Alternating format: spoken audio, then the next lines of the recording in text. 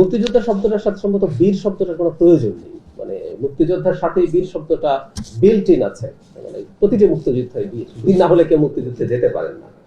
যাই হোক, বীর মুক্তিযোদ্ধার, শহীদ বীর মুক্তিযোদ্ধার পরিবার এবং যুদ্ধাহত বীর মুক্তিযোদ্ধার মাসিক সম্মানী ভাতা ও বিভিন্ন আর্থিক অনুদান বাড়ানো হয়েছে।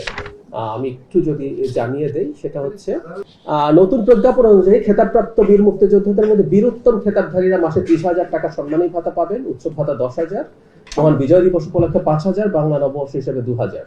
বীর বিক্রম এবং বীর প্রতীক খেতাব যারা পেয়েছেন তারা 25,000 সম্মানী এবং তাদের অন্যান্য সম্মানীও বেড়েছে। নতুন হার অনুযায়ী শহীদ বীর মুক্তিযোদ্ধার পরিবার মাসিক 23,000 টাকা মূল সম্মানী ভাতা, 2,000 টাকা চিকিৎসা ভাতা, খাদ্য ভাতা 5,000 টাকা, উৎসব ভাতা 23,000 টাকা, বাংলা নববর্ষে 2,000 টাকা পাবেন। এভাবে তাদের ভাতা বৃদ্ধি করা হয়েছে।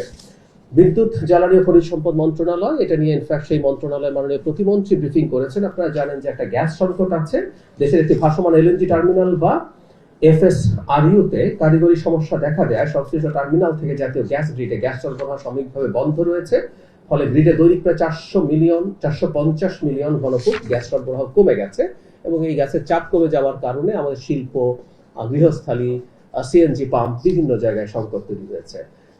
খুবই গুরুত্ব দিয়ে কাজ করার চেষ্টা হয়েছে এবং মাননীয় প্রতিমন্ত্রী গতকাল জানিয়েছেন অন্তত 1 সপ্তাহ আমাদের এই অসুবিধার মুখে থাকতে হবে। মানে আমরা অন্তত এখন পর্যন্ত এই সংকটগুলোকে আগের সমস্যার সাথে অ্যাট্রিবিউট করতে পারি। আমরা আগে এই ক্ষেত্রে আসলে খুব ভালো কোনো ব্যবস্থা নেওয়া হয় নাই বলেই এই সংকটগুলো হচ্ছে। এবং আমি আগে আপনাদেরকে একদিন জানিয়েছিলাম যে সরকার স্থলভাগে গ্যাস যে অনুসন্ধান সেটা বাড়িয়েছে, অনেক বেশি বাড়িয়েছে। সেটা আপনাদেরকে জানিয়েছি, এখানেও এই ডকুমেন্টেও এটা আছে। এছাড়া জ্বালানি নিরাপত্তা বৃদ্ধির জন্য 4র্থ এফএসআরইউ স্থাপনের জন্য দরপত্র আহ্বান করা হয়েছে। মানে ওই যে এলএনজি থেকে গ্যাস যে কনভার্সন হয়, মালয়েশিয়া থেকে আইএসও ট্যাঙ্কের মাধ্যমে এলএনজি আমদানির সম্ভবত যাচাই ও প্রয়োজনীয় প্রক্রিয়া করা হয়েছে। ভোলার গ্যাস স্থানীয় চাহিদা পূরণের পাশাপাশি দেশের মূল ভূখণ্ডে আনার জন্য পাইপলাইন সহ বিভিন্ন পরিবহন ব্যবস্থা পর্যালোচনা করা হচ্ছে। আর গ্যাস খননের কথা তো আমি বলেছি। রেলপথ মন্ত্রণালয় 2025-26 অর্থ বছরে মোট আয় করেছে 2,066 কোটি 38 লাখ টাকা। 24-25 অর্থ বছরে করেছিল 1,845 কোটি টাকা, অর্থাৎ বিগত বছরের তুলনায় 221 কোটি টাকা বেশি আয় করেছে। সবকিছু মিলে ব্যয় বেশি, এখনো ভর্তুকি আছে, কিন্তু তারপরও আমাদের আয়ের পরিমাণ বাড়ছে। এটা কন্টিনিউ করতে থাকলে আশা করা যায় এটা একটা লাভজনক প্রতিষ্ঠানে পরিণত হবে। কৃষি মন্ত্রণালয় কৃষক কার্ডের প্রি পাইলটিং এর আওতায় দেশের 8 বিভাগের 10টি জেলায় 11টি উপজেলায় 11টি কৃষি ব্লকের 20,832 জন কৃষকের মাঝে কৃষক কার্ড বিতরণ করা হয়েছে। পাইলটিং পর্যায়ে সারা দেশে 503টি উপজেলার 503টি কৃষি ব্লকে কৃষকদের তথ্য সংগ্রহের কাজ চলছে।